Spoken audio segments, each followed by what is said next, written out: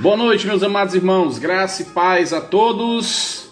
Mais um encontro do nosso devocional, mais um tempo que podemos desfrutar da maravilhosa palavra de Deus.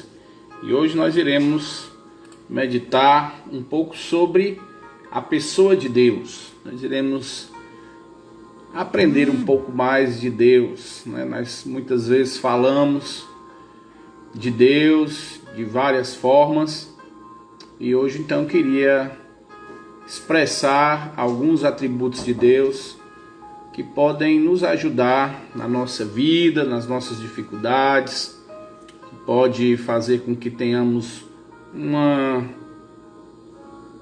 cosmovisão mais focada nas coisas de Deus e também termos uma postura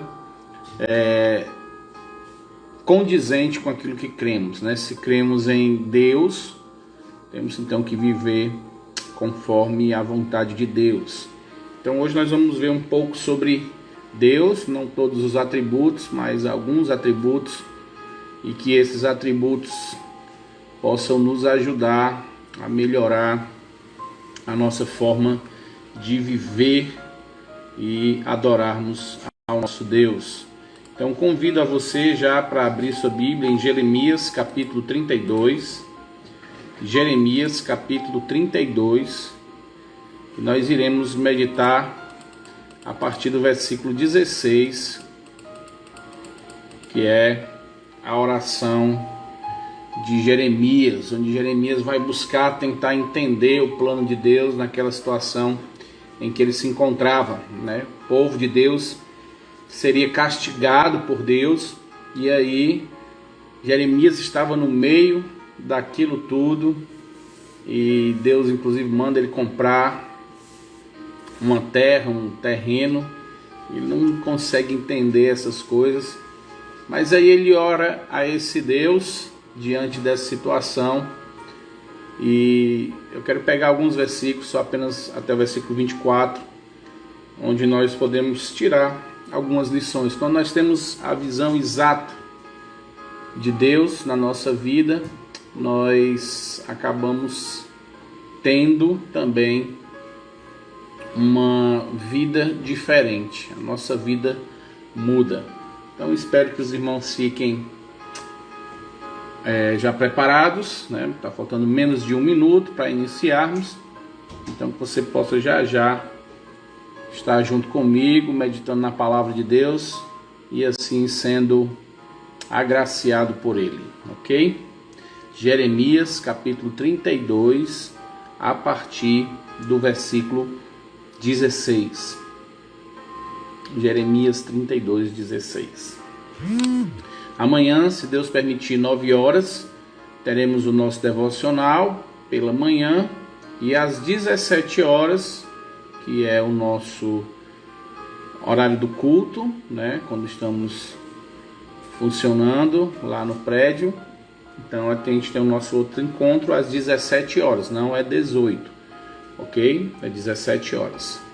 Vamos então falar com Deus, vamos orar, vamos dar início ao nosso tempo aqui de meditação na palavra de Deus. Senhor nosso Deus, Pai amado, Deus misericordioso, queremos, Pai, nesse momento te suplicar a Tua graça. O Senhor possa estar nos abençoando, Senhor Deus, com a Tua palavra. O Senhor possa estar nos edificando, nos moldando, nos ajudando, nos fortalecendo, Senhor Deus, naquilo que precisamos fortalecer em nossas vidas. Nos abençoa, Pai, com a Tua palavra.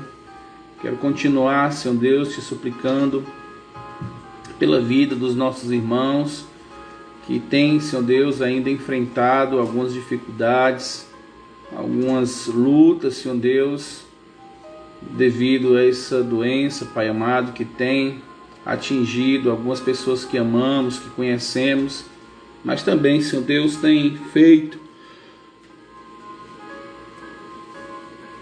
pessoas enfermas, Senhor Deus, em todo o mundo. Pessoas têm sofrido, algumas perdido a sua vida, Senhor Deus. E queremos suplicar a Tua graça. Restaura, Senhor Deus, a saúde possam, Pai amado, voltar a terem as suas vidas saudáveis, Pai, conforme a Tua santa vontade. Nos abençoa agora na meditação da Tua palavra, abre o nosso coração, abre o nosso entendimento e nos dá um coração disposto a Te obedecer. Em nome do Teu Filho amado, Jesus Cristo, que Te oramos e agradecemos. Amém, aleluia e amém. Muito bem, meus amados irmãos, graça e paz a todos. Eu não sei se está indo direito aí o áudio, se está tendo algum problema, né? A gente está com poucos membros agora na live, então não sei. Hoje de manhã a internet estava ruim. Mas independente disso, vamos levar aqui o nosso estudo. E aí depois você pode ver lá no IGTV. Nosso texto é Jeremias capítulo 32, a partir do versículo 16, que diz o seguinte: Depois que dei a escritura da compra a Baruque, filho de Nerias, orei ao Senhor dizendo: Ah, Senhor Deus, eis que fizeste os céus e a terra com o teu grande poder e com o teu braço estendido. Coisa alguma te é demasiadamente maravilhosa. Tu usas de misericórdia para com milhares e retribuis a iniquidade dos pais nos filhos. Tu és grande, ó poderoso Deus, cujo nome é o Senhor dos exércitos. Grande em conselho e magnífico em obras, porque os teus olhos estão abertos sobre todos os caminhos dos filhos dos homens, para dar a cada um segundo o seu proceder, segundo o fruto das suas obras. Tu puseste sinais e maravilhas na terra do Egito, até o dia de hoje, tanto em Israel como entre outros homens, e te fizestes um nome, o qual o tens desde esse dia. Tiraste o teu povo de Israel da terra do Egito com sinais e maravilhas, com mão poderosa e braço estendido e com grande espanto. E lhe deste essa terra, que com juramento prometeste aos seus pais, terra que mana leite e mel. Entraram nela e dela tomaram posse, mas não obedeceram à tua voz, nem andaram na tua lei. De tudo o que lhe mandaste que ele fizesse, nada fizeram, pelo que trouxeste sobre eles todo este mal. Eis aqui as trincheiras, já atinge a cidade para ser tomada. Já está a cidade entregue nas mãos dos caldeus, que peleja contra ela, pela espada, pela fome e pela peste. O que disseste aconteceu, e tu mesmo o vês. Então vemos aqui uma oração do profeta Jeremias, profeta que amava ao Senhor, um profeta que estava sendo inclusive usado por Deus para falar sobre a desgraça que estava vindo diante do povo de Deus, porque o povo de Deus se afastava completamente daquilo que Deus tinha ordenado. Eles estavam longe da vontade do Senhor. E o Senhor já tinha dito a Moisés, ele tinha dado essa ordem ao seu povo: se vocês obedecerem a minha voz, se fizerem aquilo que eu mando, eu trarei bênção. E diz lá, ia ter fartura, os animais iam criar, e a terra ia dar seu fruto, tudo ia bem. Mas também ele diz: mas se vocês não derem ouvido, desobedecerem o meu mandamento, eu trarei sobre vocês a peste, a pestilência, e aí vai. Então os animais não iam dar as suas crias, a terra não ia mais, e aquilo que eles produzissem ia ser tomado. Então chegou esse momento aqui em Israel, em que Israel estava sitiado. E aqui o profeta está dizendo, eles já estão aqui ao redor da cidade. Eles já cercaram toda a cidade, eles estão a ponto de tomar a cidade. Vai ser entregue na mão dos caldeus. E eles estão vendo então o futuro sendo perdido. E ele diz, o Senhor está vendo isso. Mas o que eu quero falar não é só desse versículo, estou fazendo só um contexto para a gente entender. E a gente vai ver aqui na oração de Jeremias algumas coisas importantes sobre Deus. Quem é Deus? Quem é Deus para você? Aquilo que conhecemos de Deus, os atributos de Deus, o que nós conseguimos extrair da palavra de Deus sobre a pessoa de Deus, vai influenciar grandemente na nossa vida.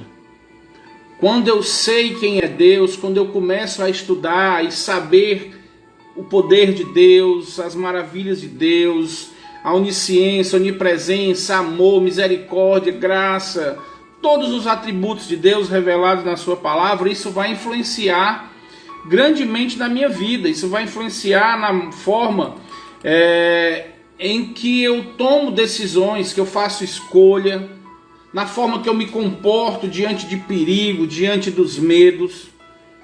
Vai influenciar como eu vivo, se eu preciso ser ansioso ou não, baseado naquilo que eu entendo de Deus. Vai influenciar na minha vida de uma forma geral, vida espiritual vai também ser influenciada.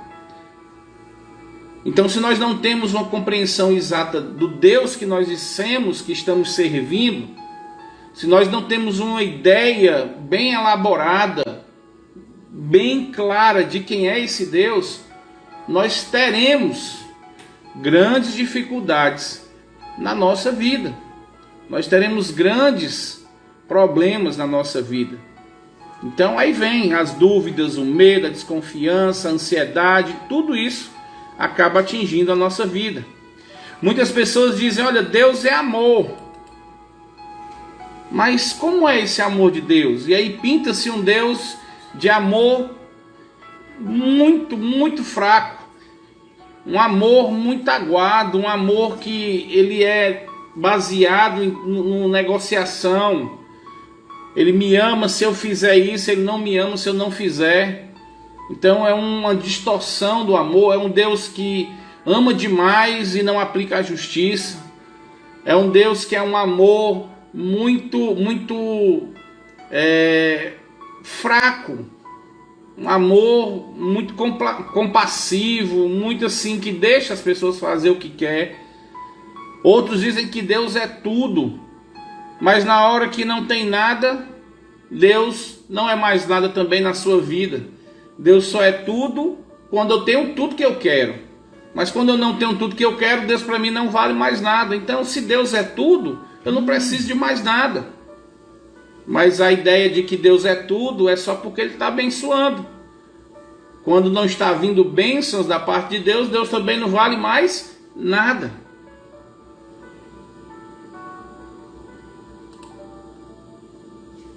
Outros dizem que Deus é grande, mas não confiam na grandeza de Deus.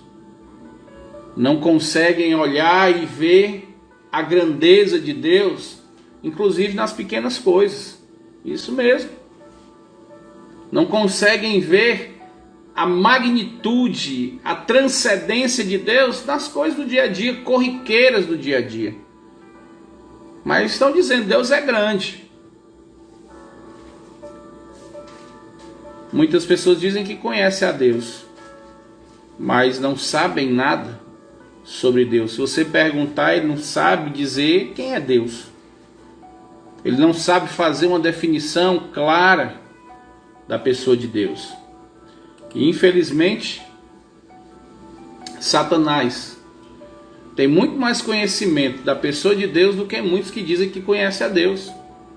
Os demônios têm muito mais conhecimento da pessoa de Deus do que muitos que dizem, inclusive alguns que se dizem evangélicos, que dizem que conhecem a Deus. Porque a palavra de Deus diz que os demônios e Satanás temem e tremem. Ele tem uma postura às vezes muito maior do que muitos que dizem que são até evangélicos, que são cristãos. Então, o seu conhecimento lhe leva a quê? O que é que o seu conhecimento de Deus tem feito na sua vida? Hoje eu gostaria de falar sobre Deus, sobre o Deus que nós cremos, o Deus que fez todas as coisas, para que possamos ser prudentes na nossa vida, para que possamos ser sábios, para que possamos fortalecer hoje a nossa fé, fortalecermos mais sobre aquilo que cremos. Então, no nosso texto, nesta oração de Jeremias, Jeremias vai revelar alguns atributos de Deus. Na sua oração, ele diz quem é o Deus que ele está orando. ele vai falar quem é o Deus que ele está confiando a sua vida. E a primeira coisa que nós vemos então nesse nosso devocional é que Deus, ele é onipotente. Ele diz: Ah, Senhor Deus, versículo 17, eis que fizeste os céus e a terra com teu grande poder, com teu braço estendido, coisa alguma te é demasiadamente maravilhosa. Então, temos aqui um Deus onipotente. Ele está dizendo: Senhor, o Senhor tem todo o poder. Não tem nada para ti que seja impossível, que te espante, que diga: fala, como é que foi isso? O que foi que aconteceu? Não existe. Então, Jeremias está orando a esse Deus todo-poderoso, que tem o poder de tudo, porque Ele é o Deus que criou os céus e a terra. O Deus que fez tudo isso, tudo que há nesse mundo foi criado por Deus. E Ele fez isso com o braço estendido. Quando você vai lá para Êxodo, capítulo 6, versículo 6, é exatamente essa referência. Diz que Deus fez todas as coisas, inclusive tirou o povo do Egito com o braço estendido. Em Lucas, capítulo 1, versículo 37, nós vamos ver então quem é esse Deus. Lucas, capítulo 1, versículo 37, diz assim: porque para Deus não haverá impossíveis em todas as suas promessas. Então, Deus Todo-Poderoso, quando Ele promete algo, Ele cumpre. Agora, quando eu falo aqui das promessas de Deus que Ele vai cumprir, eu não estou falando de promessas fictícias, como alguns dizem assim: olha, o Senhor me disse aqui que amanhã, esse mês, Deus vai te dar a vitória. Que vitória? Como é essa vitória? Me diga quando, qual dia, qual data, qual hora. Como é que ela vai vir? Como é que é essa vitória? Nós vemos no Facebook aí coisas absurdas, coisas tristes de se ver, e uma grande multidão de pessoas seguindo falsos profetas, dando falsas profetadas, dizendo que Deus não disse, e dizendo: olha, aquilo que é impossível na tua vida vai se realizar hoje. Qual foi a promessa que Deus deu a alguém de forma específica? Tem a de Abraão, tem a de Davi, tem lá o proto-evangelho, que ele disse que da mulher viria o Messias.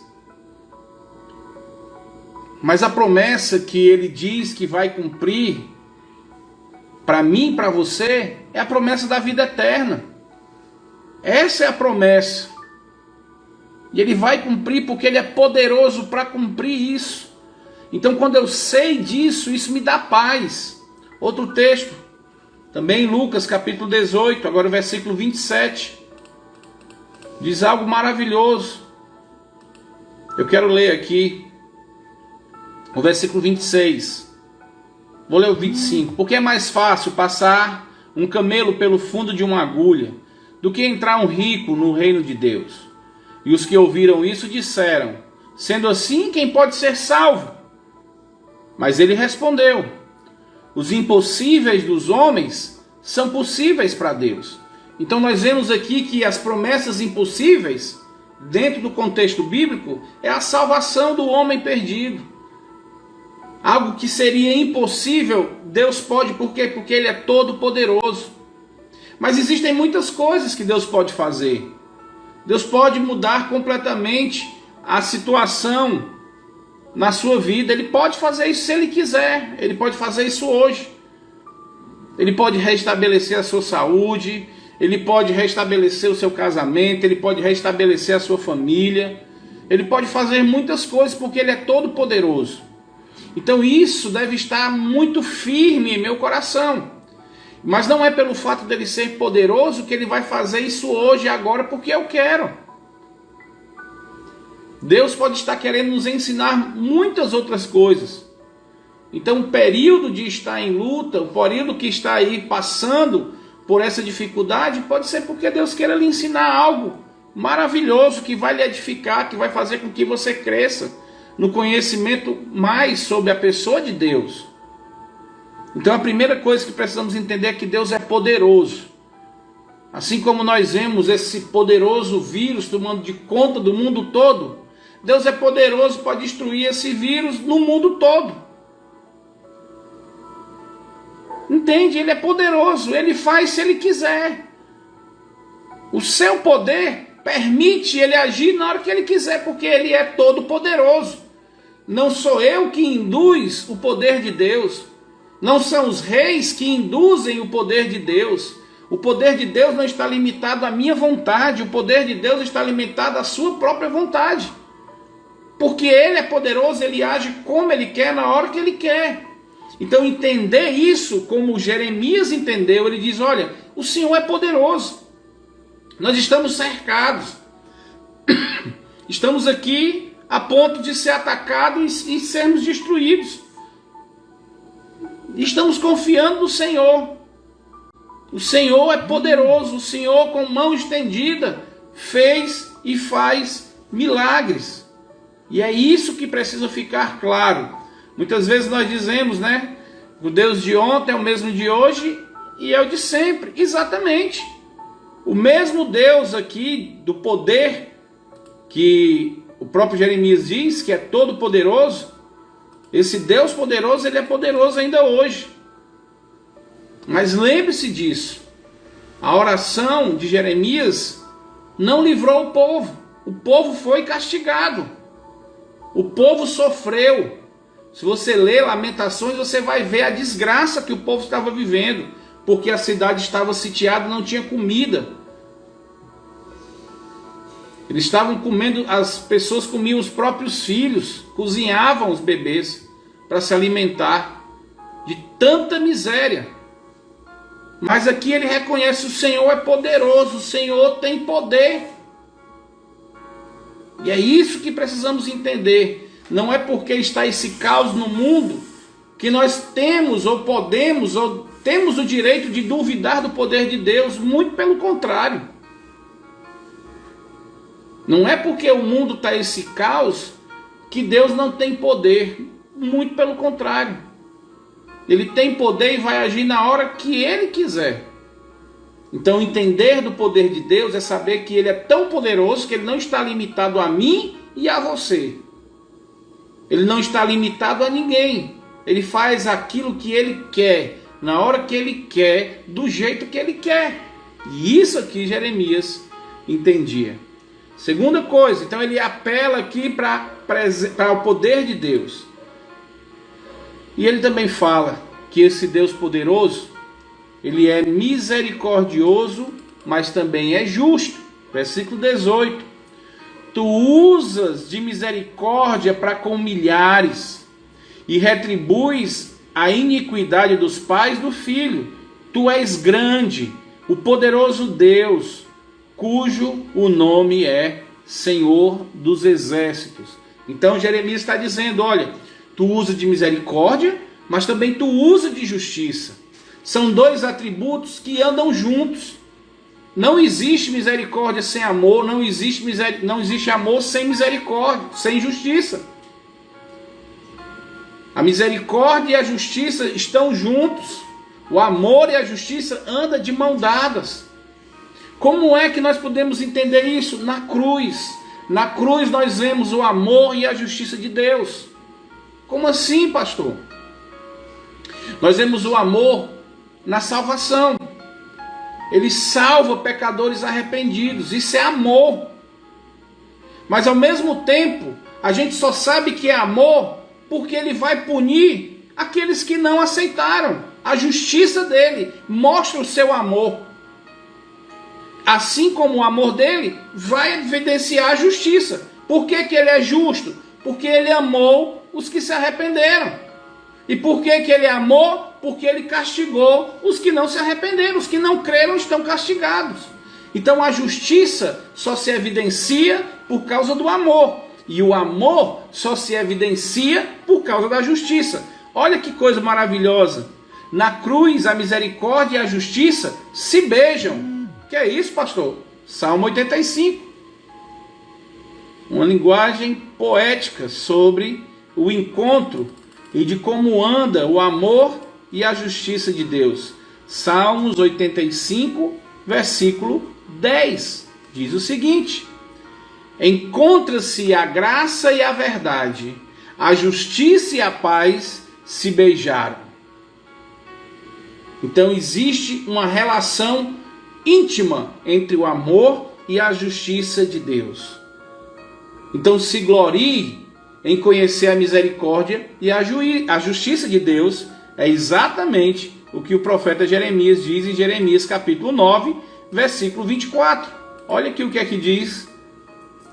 Mas o que se gloriar, glorie-se nisto, em me conhecer e saber que eu sou o Senhor, e faço misericórdia, juízo e justiça na terra, porque destas coisas me agrado, diz o Senhor.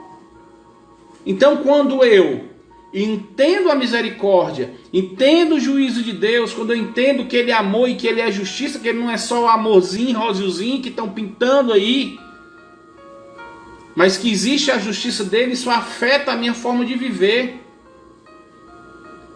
E ele diz, olha, se você quer se gloriar em alguma coisa, ele diz no versículo 23, deixa eu ler. Assim diz o Senhor, não se glorie o sábio na sua sabedoria, nem o forte na sua força, nem o rico nas suas riquezas. Olha por que é interessante aprendermos sobre os atributos de Deus. E aqui no caso, misericórdia e justiça. Porque ele diz, não fique se gloriando naquilo que você tem. Não se glorie naquilo que você é.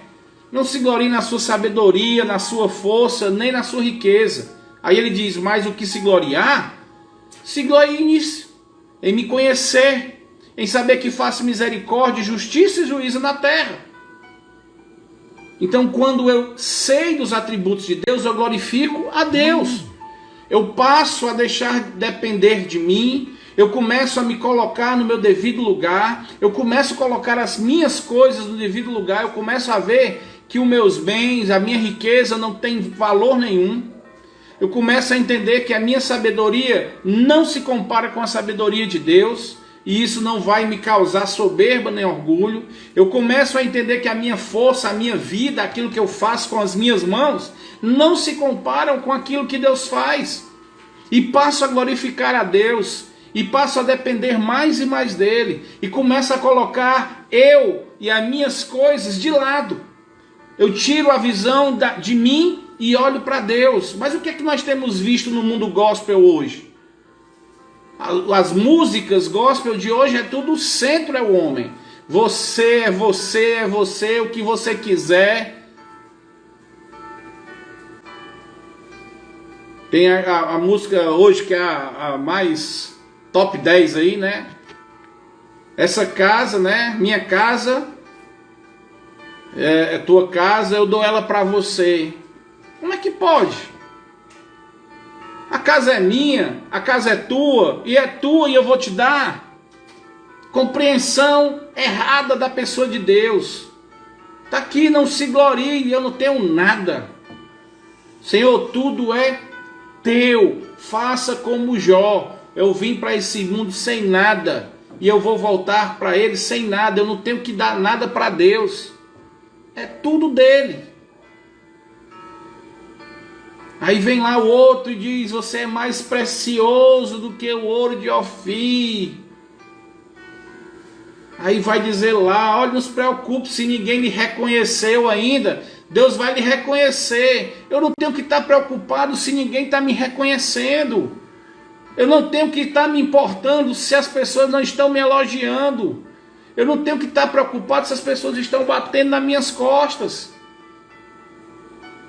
Eu tenho que estar preocupado com a aprovação de Deus na minha vida. Eu tenho que estar preocupado se Deus está olhando para mim, se a minha conduta está sendo coerente com aquilo que eu prego. Então, quando eu começo a olhar para Deus, eu não me importo muito com o que os outros vão dizer. Eu não me importo se eu sou o ouro de Ofir ou não, não me faz diferença. O que me importa é como os apóstolos faziam, como as cartas dos servos de Deus, eles colocam, eu sou servo de Deus, servo do Deus Altíssimo. Eu sou o pior dos pecadores, eu não sou ouro puro de Ofir, não. Então, quando eu entendo da pessoa de Deus, quando eu sei quem Deus é, Eu não fico me preocupando com quem eu sou. Eu não fico buscando, né, como diz o outro, quem te viu passar na prova e não te ajudou. Quando estiver lá na bênção vai se arrepender. Aí agora aqui, né, a vingança, o momento da vingança. Ele agora vai ver agora um gosto amargo e vai ter que lhe aplaudir. O centro, o homem. O centro é o homem. Então quando eu não conheço de Deus, o meu Deus não quer isso. Toda honra e toda glória somente a Deus. Toda honra e toda glória somente para Deus, não é para homem. Ninguém tem que estar me aplaudindo. Eu não tenho que fazer nada para receber aplauso de ninguém. E muito pior, não é porque eu estou na dificuldade que os irmãos não puderam me ajudar, que quando eu estiver bem eu vou agora jogar na cara do irmão. Isso é teologia que se pregue. É isso que Cristo ensinou. Foi isso que ele disse que nós temos que fazer? Se ele disse que nós temos que orar pelos nossos inimigos e amá-lo, aí agora eu vou humilhar aquele que dentro do contexto da música era o irmão em Cristo, eu vou humilhá-lo. Isso é teologia rasa, falta de conhecimento do Deus misericordioso, que todo dia derrama bênção na tua vida, mesmo você fazendo as coisas erradas.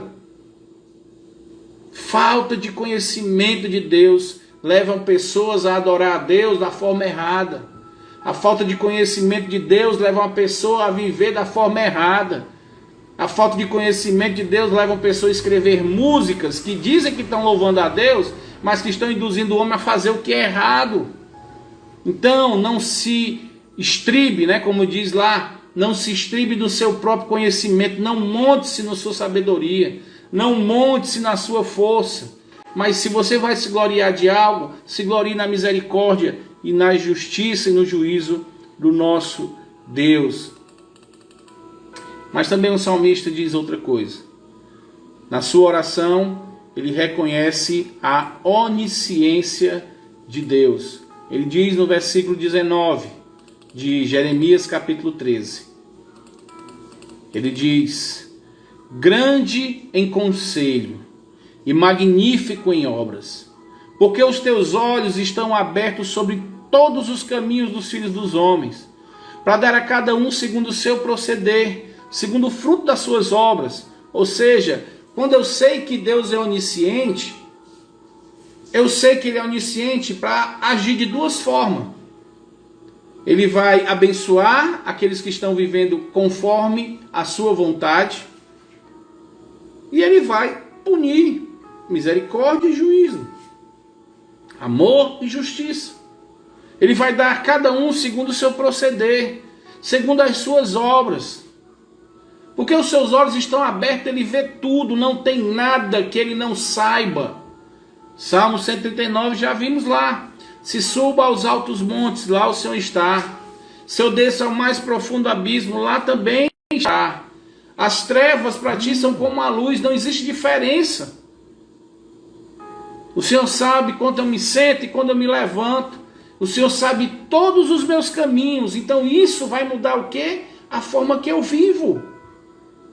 Se eu sei que Ele sabe todos os meus caminhos, eu não preciso estar preocupado.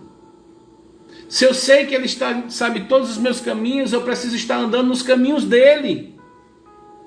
Porque se eu não estiver andando nos caminhos dEle, eu vou sofrer o prejuízo. Então conhecer a Deus vai mudar a forma que você anda. Vai fazer com que você ande em caminhos retos. Vai lhe distanciar dos caminhos errados. Saber que Ele conhece todas as coisas vai fazer com que você tranquilize o seu coração. Vai fazer com que você descanse nele, porque Ele sabe o que você está passando. Então isso vai lhe dar paz também. E a outra coisa que o profeta deixa registrado é que Deus, Ele é o dono da história.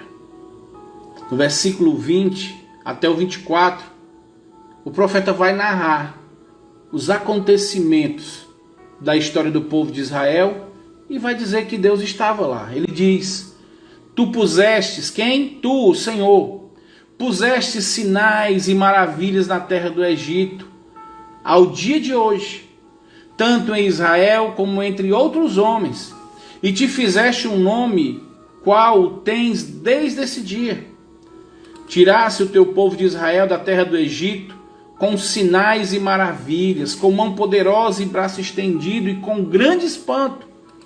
E lhe deste a terra que com juramento prometeste a seus pais, terra que mana leite e mel. Entraram nela, e dela tomaram posse, mas não obedeceram à tua voz, nem andaram na tua lei. De tudo que lhe mandaste que fizesse, nada fizeram, pelo que trouxesse sobre eles todo este mal. Eis aqui as trincheiras que atingem a cidade, para ser tomada. Já a cidade é entregue nas mãos dos caldeus, que pelejam contra ela, pela espada, pela fome e pela peste. O que disseste aconteceu, e tu mesmo vê. Deus, Ele é o dono da história. Tudo que acontece nesse mundo, Ele sabe. Tudo que está acontecendo nesse mundo só acontece com permissão dEle. Nada sai do seu controle. Nada está fora do controle de Deus. Nada. Tudo está no controle dEle. E quando nós dizemos que Ele é o dono da história, nós vemos lá em Apocalipse capítulo 25, versículo 13 e 15, que Ele é o alfa e o ômega. Ele é o princípio, Ele é o fim. Ele estava lá em Gênesis criando todas as coisas. E Ele está lá em Apocalipse mostrando o futuro de toda a humanidade. Ele está no controle da história. Ele mostra, já está tudo revelado, já está aberto. Em Gênesis o começo, em Apocalipse o fim, já está tudo claro. Ele já narrou a história toda. Ele já contou o final. Ele já disse o que é que vai acontecer. Ou seja, não é esse vírus que vai acabar esse mundo. Não é. E nós temos que descansar no que Ele disse para os salvos. Nós temos que descansar nas promessas, como diz aqui. O que o Senhor promete, o Senhor cumpre. O Senhor prometeu que ia dar a terra que mana leite e mel. Ele não prometeu, Ele deu. Ele nos diz que nos vai dar o reino dos céus e nova terra e novo céu. Ele vai cumprir, amados. Agora, muitas vezes nós estamos vivendo igual o povo do Egito, reclamando, desobediente. E aí passa-se anos e mais anos e muitos morreram no caminho. Muitos morreram no caminho e não chegaram a ver a terra prometida, porque foram rebeldes, porque não confiaram em Deus. Mesmo vendo as maravilhas de Deus, não confiaram em Deus. Então a lição para a nossa vida, meus amados, é exatamente essa. Nós estamos caminhando no deserto, indo para a terra prometida. Nós estamos nessa marcha. Então nós não podemos mais nos comportar como o povo. Temos um exemplo aqui. O povo foi rebelde, o povo reclamou a jornada toda e morreram no deserto. Morreram, ficaram no meio do caminho. Então nós temos que olhar para a terra prometida e agir como Josué e Calebe. Não, a terra é nossa. Tem gigante? Tem, mas a terra é nossa. Nós vamos devorar esses gigantes como pão. Está tendo dificuldade? Tá, mas a terra prometida é nossa. Ele prometeu que os céus, o novo céu e a nova terra será dos seus santos. Será daquele povo que Ele salvou através do sangue de Cristo. Então, quando eu sei, quando eu conheço Deus, quando eu estudo a pessoa de Deus, quando eu vejo os maravilhosos feitos de Deus, quando eu vejo os atributos divinos de Deus, eu mudo a minha forma de ver as coisas. Eu mudo a maneira que eu penso, eu mudo a forma de agir. Então temos que descansar. Se somos parte do povo de Deus, comprados, né, pelo sangue, não teve que passar o sangue nos umbrais da porta para sair. Então nós fomos aqueles que fomos salvos pelo sangue de Cristo. Então nós estamos salvos.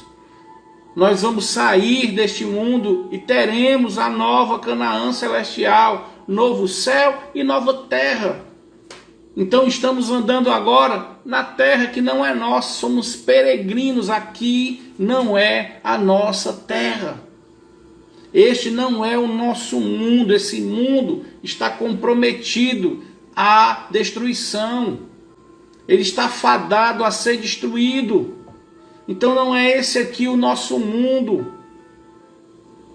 Não é esse, não se apeguem a esse mundo. Aquele que prometeu é aquele que é onipotente, é aquele que é misericordioso e justo, é aquele que é onisciente e é aquele que escreveu a minha história e a sua história. Então vamos descansar, vamos viver como temos que viver. Olha aqui o que é que Jeremias diz no versículo 27. Eis que eu sou o Senhor, o Deus de todos os viventes. Acaso haveria coisa demasiadamente maravilhosa para mim? A resposta de Deus à oração de Jeremias é: eu sou o Senhor. Eu sou o Senhor de todos os seres viventes da terra. E por acaso o que você está me pedindo eu não posso fazer? Por acaso aquilo que você está aí orando eu não posso fazer? Como falamos ontem, às vezes o problema está no nosso pedido de socorro, né? Como é que clamou o salmista Davi? Ele esperou confiadamente pelo Senhor. Então, amados, essa deve ser a nossa postura. É confiar no Deus que temos. No Deus onipresente, onisciente, onipotente, Deus misericordioso e justo. O Deus que escreveu a história. É esse Deus aqui que diz: eu sou o Senhor, o Deus de todos os viventes. Acaso existe coisa difícil para mim? Acaso existe no mundo alguma coisa que eu não posso fazer? A resposta é não. Então temos que viver nesta fé. Temos que esperar com confiança. Esperar com confiança é esperar sabendo em quem você está confiando. Em 2 Coríntios, capítulo 5, versículo 7, Paulo vai dizer que nós andamos por fé, não é pelo que vemos. Os salvos em Cristo andam de olhos vendados. Quem aqui já brincou, né? Com aquela brincadeira que a pessoa venda os olhos e aí fica a pessoa dizendo: da direita, vai para a esquerda, vai para a direita, vai direto. E ele confia naquele que está dizendo: olha, faz isso, faz aquilo. Os salvos em Cristo andam dessa forma. Eles confiam, eles estão com os olhos fechados, eles não precisam ver. Para quê? Não foi exatamente isso que o próprio Cristo diz? Mais bem-aventurados são aqueles que não viram e creram. Nós somos mais bem-aventurados, nós não precisamos ver os poderosos feitos. Nós só precisamos crer nos poderosos feitos do Senhor. Nós somos mais bem-aventurados, nós somos muito mais felizes porque nós não precisamos ver os milagres de Cristo, a cura. Nós não precisamos ver Jesus ressuscitando Lázaro. Nós apenas cremos que ele ressuscitou porque está na sua palavra. Somos muito mais bem-aventurados. Somos muito mais felizes porque cremos só naquilo que ouvimos de Deus. Nós não precisamos. Fé que precisa ver é uma fé deficiente. É uma fé infantil. Fé que precisa ser apalpada, pegada, tocada e vista é uma fé muito medíocre. A fé madura não precisa ver. Como Paulo diz, nós andamos por fé, não é pelo que vemos. E sabe por que os salvos vivem pela fé? Porque Hebreus capítulo 11, versículo 6 vai dizer que sem fé é impossível agradarmos a Deus. A fé é o que precisamos ter para agradarmos o Senhor. Quando vivemos pela fé, quando andamos pela fé e não pelo que vemos, nós agradamos a Deus. Que coisa maravilhosa. Então você quer agradar a Deus? Está terminando o dia, mas tem muitos dias aí pela frente. Viva pela fé. Lembre-se, a fé é a certeza das coisas que nós não vemos. Então eu não sei como é que vai ser meu dia. Ainda não terminou hoje, eu não sei. Mas eu vivo pela fé. Eu não sei como é que vai ser meu dia amanhã. Até agora, tá tudo bem. Estou bem de saúde. Tá tudo ok. Temos aí uma comidinha na despensa até o fim do mês. Tem arroz, tem feijão, tem farinha, tem rapadura. Pronto. Pela fé. E pastor, e se vier faltar? Eu vivo pela fé. Eu vivo pela fé. Eu creio no Deus Todo-Poderoso. Eu creio no Deus onisciente, onipotente. Eu creio no Deus misericordioso. Eu creio num Deus que está olhando para mim todos os dias. Eu creio num Deus que está suprindo as minhas necessidades todos os dias. E se Deus permitir que eu viva mais um dia, Ele vai cuidar de mim mais um dia. E se Ele permitir que eu viva 10 anos, Ele vai cuidar de mim esses 10 anos. E por que eu sei disso? Porque eu tenho fé. Eu tenho fé porque eu tenho um Senhor que morreu na cruz por mim, mesmo sendo pobre, pecador, miserável, desgraçado, desobediente, teimoso, que muitas vezes erra na vida. Mas eu tenho um Deus misericordioso, que todas as manhãs, até hoje, me deu a oportunidade de viver. E se amanhã a sua misericórdia não permitir que eu viva, é porque o seu amor foi muito maior e me chamou para perto dele. Então se amanhã eu não estiver vivo, é porque o seu amor me chamou e eu estou com ele, que é muito melhor, incomparavelmente melhor. Então descanse nesse Deus que é fiel, nesse Deus que escreveu a sua história, escreveu a minha história, nesse Deus que não vai falhar, nesse Deus que vai cumprir tudo que Ele prometeu. Tudo que Ele prometeu, Ele vai cumprir.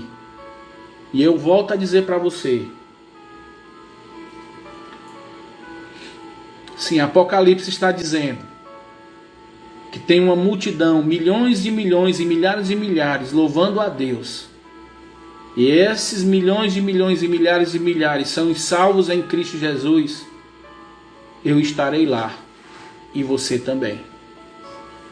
Então não se preocupe, Ele vai cumprir. Ele já escreveu e já mostrou que vai cumprir. Viva pela fé. Quando a gente vive pela fé, a gente vive muito melhor. Quando a gente vive com os olhos fechados, sem ficar procurando, a gente vive muito melhor. Principalmente porque quem está nos conduzindo é o Deus Todo-Poderoso. E Ele vai nos conduzir sempre por caminhos retos. Não é isso que o salmista diz? Senhor, Me ensina a tua palavra, me ensina as maravilhas da tua lei para que eu possa andar em caminhos planos, para que eu possa ser conduzido por ti, para que eu possa trilhar caminhos retos. Então não tem perigo. O caminho é aplanado para aqueles que vivem pela fé. Mas só vai viver pela fé se você souber quem é o Deus que você está crendo. Então estude os atributos de Deus. Leia a palavra de Deus e veja os grandes feitos do Senhor e descanse nele. Que Deus nos abençoe, derrame a sua graça em nossas vidas, que essa palavra sirva de conforto, de encorajamento, de regozijo, de correção na nossa fé, possa corrigir a nossa visão, né? Limpar aí o nosso óculos espiritual, ver se tem alguma mancha que está impedindo ver Deus realmente como Ele é, e que a gente possa dormir hoje descansando nos braços desse Deus maravilhoso, justo, todo-poderoso, que está olhando para mim e para você todos os dias. Vamos orar, agradecendo a Deus. Senhor nosso Deus e amado Pai, obrigado, Senhor Deus, te louvamos pelo que o Senhor é. O grande eu sou, o Yahvé, o Elohim, o Deus Todo-Poderoso, o Criador, o que com braço estendido livrou o seu povo do Egito, da escravidão, e atravessou o Mar Vermelho, e atravessou o deserto, e destruiu, desbaratou grandes exércitos, e deu ao seu povo a terra prometida que mana leite e mel. Obrigado, Senhor Deus, porque podemos confiar nesse Deus. O Deus que é onisciente, que está olhando para cada um de nós, que sabe o que nós precisamos. Então nos ajuda a vivermos com uma fé madura, uma fé saudável, uma fé que não precisa ver para crer. Porque andar pela fé é andar como crentes maduros. Andar pela fé te agrada. Então que possamos viver para te agradar. Obrigado pelo dia, Senhor Deus, até aqui. Nos dá uma noite de paz, renova a nossa força, tranquilidade, Senhor Deus. E que a tua misericórdia se derrame amanhã e tenhamos mais um dia na tua presença. Obrigado, Senhor Deus. Te louvamos e te agradecemos por tudo que o Senhor é, por tudo que o Senhor fez, por tudo que o Senhor fará em nossas vidas. Em nome do teu Filho amado, te louvamos e te agradecemos. Amém, aleluia e amém. Meus amados, que Deus abençoe todos vocês, dando uma noite de paz, de tranquilidade. Um forte abraço no coração de cada um e até amanhã, se Deus quiser, às 9 horas. Espero vocês para a gente meditar mais uma vez na palavra de Deus. Até amanhã.